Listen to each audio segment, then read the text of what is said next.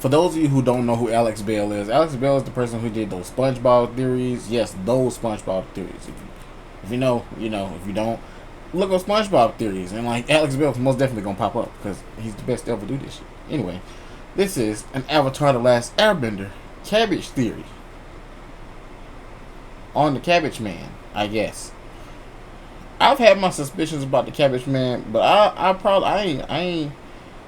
can't say that he doing anything evil. I just feel like he was kind of like there in place to watch the events unfold. Like maybe he's a member of the White Lotus or something. I don't know what bro finna say, but we finna find out. Earth. Fire. My cabbages! The Cabbage Merchant from Avatar: The Last Airbender is a Fire Nation spy and... Hold on, that's a hell of a way to grab somebody's attention right off the bat. I believe he is the true villain of Avatar, secretly orchestrating the events of both shows. And also, I think he's cabbage bending. But we'll get to that part later. Now, I know that sounds crazy, but I promise you, this will be the most convincing. Wait, couldn't a water bender Cabbage Man like bend the water in the plant because it's still a plant, even though it's not connected to any? Never mind. Avatar theory you will ever hear. This is Cabbage Theory.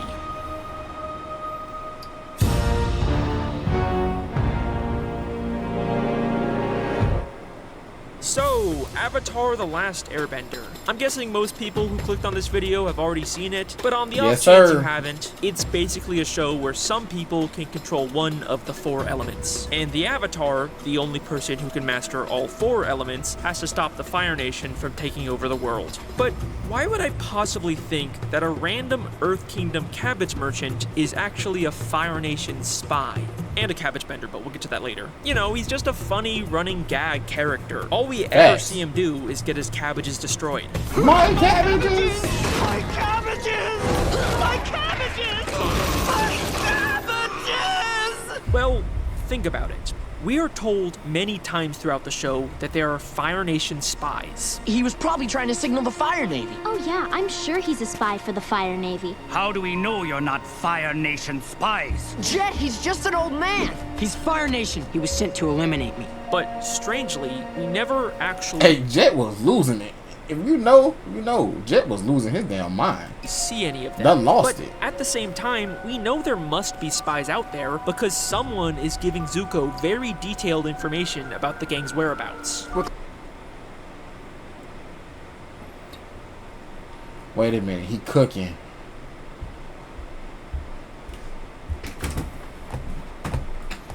It's always when I'm recording. Closing in on the Avatar's trail. There have been multiple sightings of the Avatar. Somehow Prince Zuko and the Fire Nation keep finding us. And let me ask you this. Who does the gang constantly run into throughout the entire show? Zuko. Okay. The Cabbage Merchant. Okay, I know, it still sounds like a stretch, but don't worry. We're just getting started. In Book 3, the gang goes to see a Fire Nation play all about their adventures. You guys are not gonna believe this. There's a play about us. I'm the Avatar, silly. Here to spread joy and fun. It's basically just Fire Nation propaganda where the Fire Lord is shown as the good guy and wins in the end. The world is mine.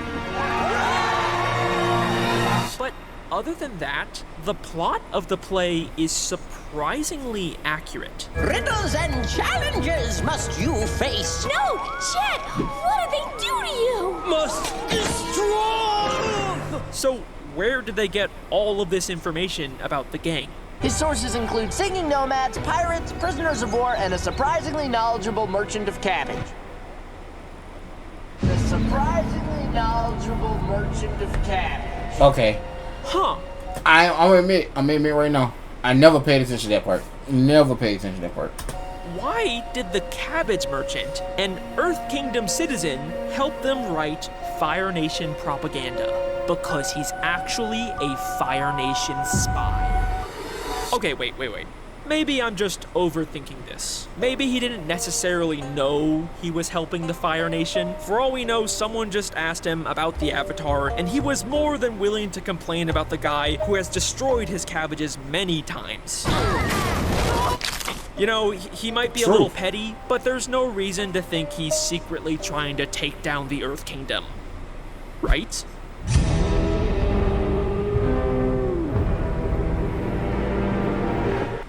What if... In Book 2, the Cabbage Merchant tries to take the ferry to Ba Sing Se, but he gets rejected by the ticket lady. I told you already! No vegetables on the ferry! One cabbage slug could destroy the entire ecosystem of Ba Sing Se! Security! My cabbages! She destroys his cabbages to avoid risking cabbage. You know, I always thought Bruzz's, like, his life is just his cabbages. He loves cabbage. He's like that one kid that likes corn. For me, I really like corn. What do you like about corn? Ever since I was told that corn was real, it tasted good. From getting into the city. Now, this may seem like a bit of an overreaction, but Ba Sing Se is a closed-off, self-contained ecosystem. If the wrong pest got in, it could quickly spread and be devastating for the city's agriculture and economy. And you know what's crazy about all this? She was right.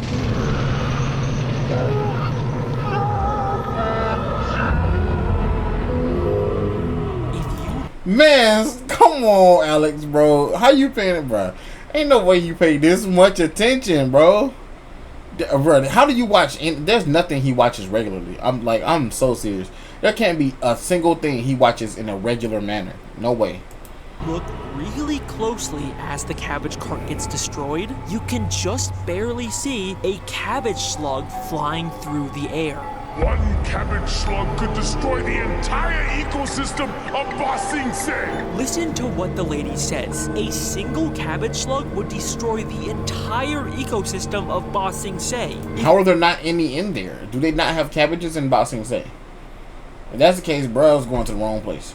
If the cabbage merchant actually got into Ba Sing Se like he wanted, he would have personally been responsible for the downfall of the capital of the Earth Kingdom. Okay, that's not like a great look for the Cabbage Man, but, you know, maybe it was just an accident. Yo! No, I refuse to accept that. Look at this guy. He is so passionate and obsessed with his cabbages. Off with their heads! One for each head of cabbage! Literally, his only defining trait is how much he cares about his cabbages. Does this really seem like the type of guy who wouldn't know if he had cabbage slugs? He's a Fire Nation spy! But okay, Alex, damn, you passionate about this shit. Why?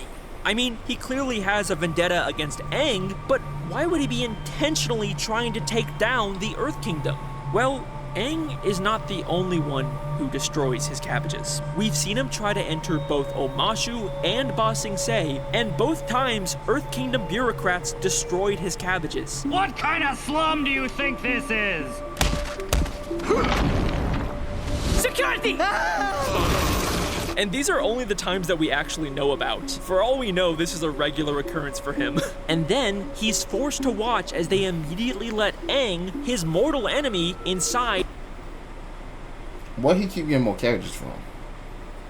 That's a good question. Directly after him. My cabbages! Enjoy your mushroom. We will. Security! It is my pleasure to help. All right, we scammed that lady good. He didn't even have a ticket to get into Ba Sing Se. What the hell? And when Aang does destroy his cabbages and he tries to get justice, you're gonna pay for this! Off with their heads! One for each head of cabbage! Guess what the Earth Kingdom authorities do to Aang? What is your judgment, sire? Throw them a feast. What? They throw him a feast. The Cabbage Merchant has just as much reason to hate the Earth Kingdom. And I think the years of abuse and special treatment for the Avatar radicalized him into becoming a Fire Nation spy, attempting to take down the Earth Kingdom from within using infested cabbages. And you know what? I don't even think this was his only attempt to do this. I told you already! No vegetables on the ferry! The ticket lady says, I told you already. I told you already. This is not the first time he's tried smuggling cabbage slugs into Ba Sing Se. And when he tried to enter... Couldn't he just put a slug on his persons? Like a slice of cabbage and a slug on his person and just went in. Right? Omashu listened to why the guards rejected him. Rotten cabbages? What kind of slum do you think this is? Rotten cabbages. I think the Cabbage Man was once again trying to sneak in infested cabbages into Omashu. And you know what? I think this time he actually succeeded. Despite being rejected and having his cabbage cart completely destroyed, just a few minutes later, we see him inside of the city with a whole new cart full of cabbages. I was gonna say something like that. My cabbages! My cabbages! Like what? Did he just find a spare cart full of cabbages somewhere? No. I actually think these are the same cabbages. We know from Return to Omashu that there is a secret sewer entrance into the city beneath. But when man, them cabbages would have been destroyed falling off that cliff. The gate. A secret passage? Which is exactly where the merchant's cabbages were thrown.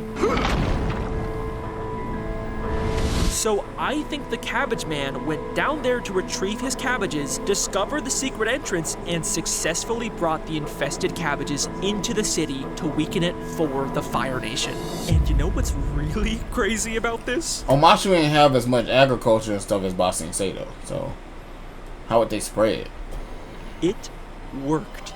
The next time we see Omashu, it's been conquered by the Fire Nation.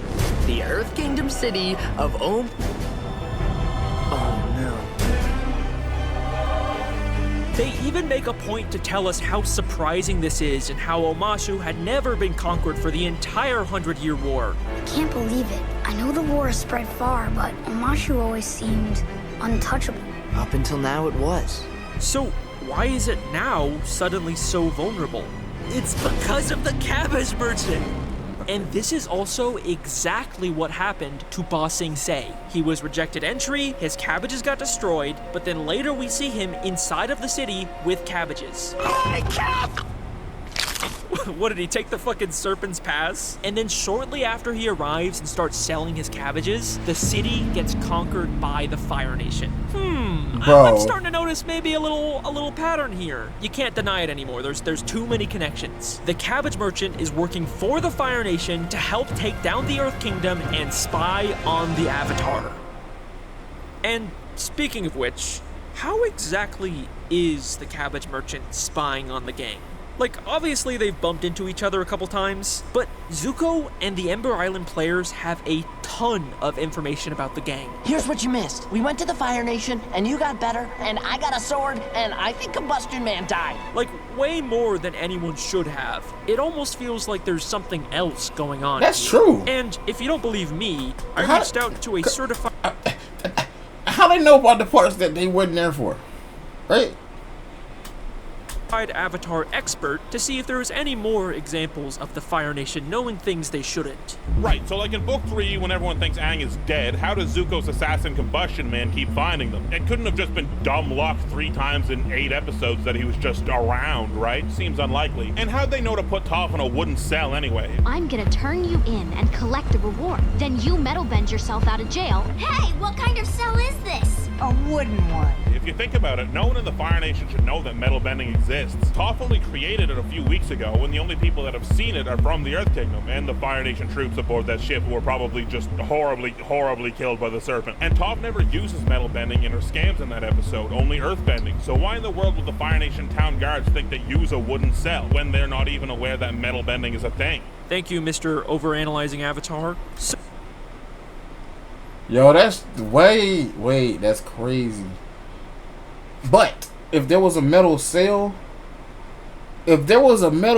there, right? Couldn't she have just, fashioned a knife from it? She could have felt that the metal was there. I don't know. Yeah, I'm reaching. So, how could the Fire Nation possibly know all of this? Especially the stuff in Book 3 when the Cabbage Merchant isn't even around. It's almost like the Fire Nation has another way to spy on the gang. A way that still involves the Cabbage Merchant, even if he isn't nearby. Okay, here's where my theory goes into full-on tinfoil hat conspiracy mode, so just brace yourself. There's a really strange detail in the episode The Puppet Master, an episode that the Cabbage Merchant isn't even in. But still, I honestly think it's one of the strangest things in the entire show. In this episode, the gang goes to a Fire Nation market and Katara buys a cabbage. Except there's something very weird about this cabbage. It clearly has a very creepy looking... Alex, bro. That dude like a old lady in Futurama though, I ain't gonna lie. Face on it. Like, huh? I swear, this is actually in the show. I did not edit this in. It's never even acknowledged in the episode. It's just a weird, creepy face watching the characters for no reason. Why in the world would the animators include this? It's so weird. That does look strange. Okay, so I have a theory. But what I'm about to say is gonna sound completely insane. Completely. It's probably the stupidest possible thing I could say. But what if the Cabbage Merchant is using the cabbages to spy on the gang? Yes, I believe that the Cabbage Merchant is a Cabbage Bender. Okay, wait, don't go. Very appropriate music, and I'm not leaving, Alex. We locked in. I know that sounds stupid, but I swear it makes sense. Just hear me out. In this show, there is a precedent for being able to spy on people through vegetation with the swamp. I think I know how to find them. Everything is connected.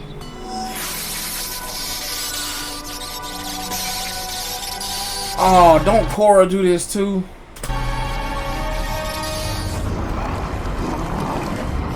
Come on, with their avatar. hurry.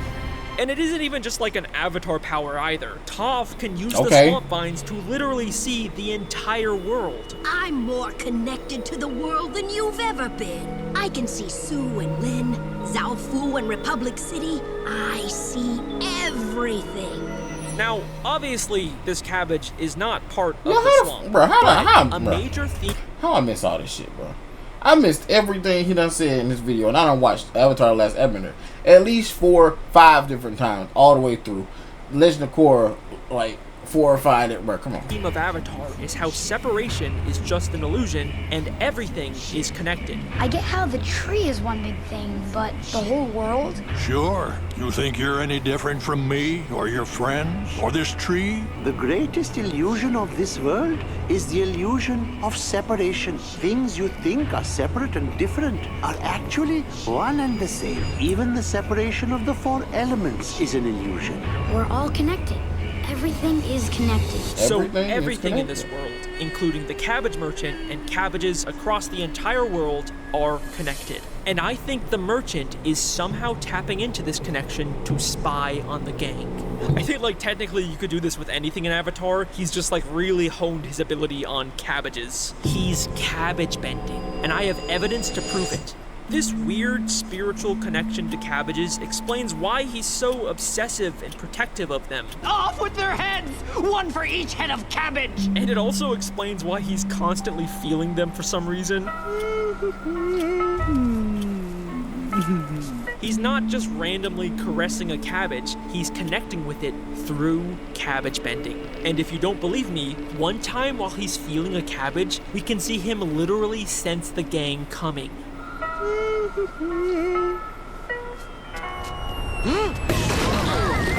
Like, yeah, there was a falling sound, but if you listen closely, he senses them before we can hear the sound.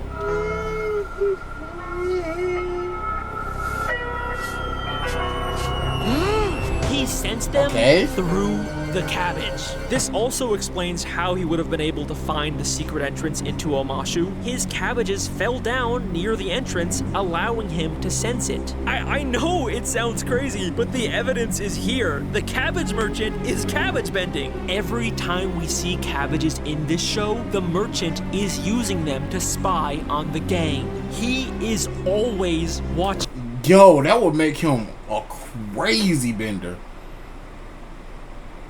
That would make him a crazy powerful bender. And a powerful ally for any nation to have. He's not just some random... But that would also make him an earthbender, right? Yeah. Yeah, because it's a plant. That would make him an earthbender. I don't know. That one dude that was talking about spiritual connections was a waterbender. The dude in the swamp. That's strange. That's weird. That's weird. Airbenders can astral project and whatnot. Let's not talk about spiritual things. Funny background character. He is a highly skilled double agent working for the Fire Nation. And if you still, after all of this, don't believe that, then let me ask you this. How did a failing cabbage merchant get enough money to start an extremely successful technology company in the Legend of Korra? Cabbage Corp, Republic City's trusted name in technology for over 50...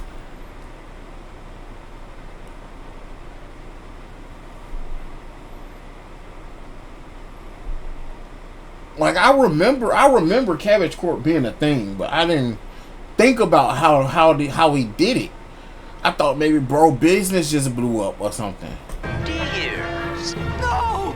Not my Cabbage Corp! They even built a massive statue of him in Republic City. They don't just hand these out. Not even Katara got a statue. The cabbage merchant built his empire with blood money he was paid by the Fire Nation to take down the Earth Kingdom. And he has gone on to become one of, if not the most rich and powerful people in all of Avatar. Greetings, Agent. This is Valorant Tracker, used by over 500,000 agents.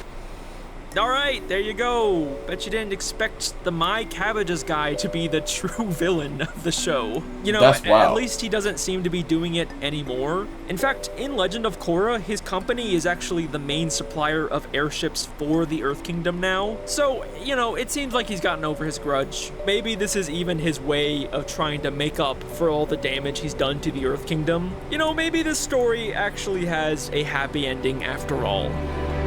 Don't worry, I have a plan. These airships that Cabbage Corp sold to the Earth Kingdom are way cheaper than the ones Future Industries built. Now that's just shoddy workmanship. Oh my god. Oh my god. He's still fucking doing it. The controls are busted. It's not my fault this airship's a hunk of junk. Even generations later, the cabbage merchant is still secretly weakening the Earth Kingdom. But why? Is he still working for the Fire Nation? Wait a second, no, he can't be. In Legend of Korra, the Earth Kingdom and the Fire Nation are not enemies anymore. Nope. The new Fire Lord is even like super against the idea of fighting the Earth Kingdom. The Fire Nation has spent too much of its history fighting nonsense wars, and I refuse to drag my nation into another one unless there's no other choice. Why is the cabbage merchant still doing this? Who is he working for? Oh my god. It's so obvious. How did I miss this? The cabbage merchant is a member of the Red Lotus. Brody. The Red Lotus is an anarchist organization from Legend of Korra Book 3. And we're told that there are more Red Lotus spies out there, even though we never actually end up seeing them. And even with Zahir locked up again, we still don't know how many Red Lotus members might be out there, hiding. That kind of sounds familiar. They hate governments and secretly took down the Earth Kingdom from within. You know, that actually kind of reminds me of someone. They hate the Avatar and even tried to kill her. Now, destroy the Avatar! Off with their heads! One for each head of cabbage! And each member of the Red Lotus is a highly unique and specialized bender. Cabbage bending. No, that's crazy. He can't be. Bro, this feels like a reach, but it feels so genuine. He's not an anarchist, he's just the funny cabbage guy.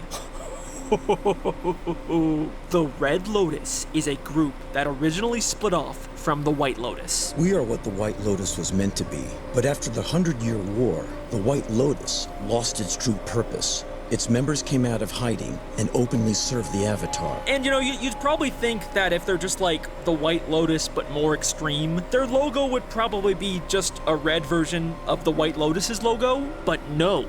They did a full-on redesign. It doesn't even look like a lotus flower anymore. But you know what it does look like? Stop playing, bro. A fucking cabbage! There's no way, dog. It's a fucking red cabbage! You can't keep getting away with this! Fuck! Okay, bye. Thanks for watching my funny cabbage video. Goodbye. I think I might have really fucked up my voice on this one. Yeah, that's my theory. Thanks again to Overanalyzing Avatar for helping out with this theory. That guy has like an encyclopedic knowledge of this show, so go check him out. His views go crazy. I've never heard of this channel before, but apparently he got a little fan base.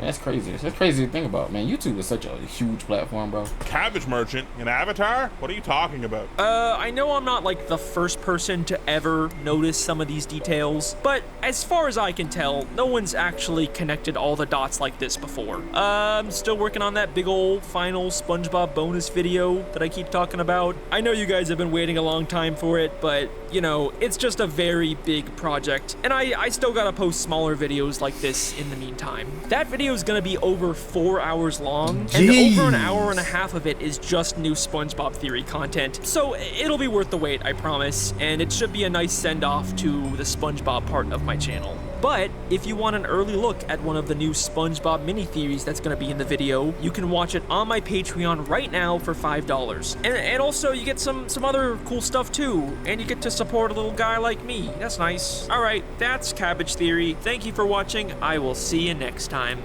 I ain't gonna lie. I'm probably gonna watch that in the reaction. I'm probably not gonna react to that one. That SpongeBob. I'm probably gonna watch Internet City. That'd be real. But yeah.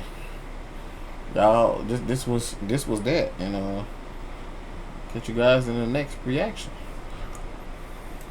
I said I wake up in the morning and turn my trap on, and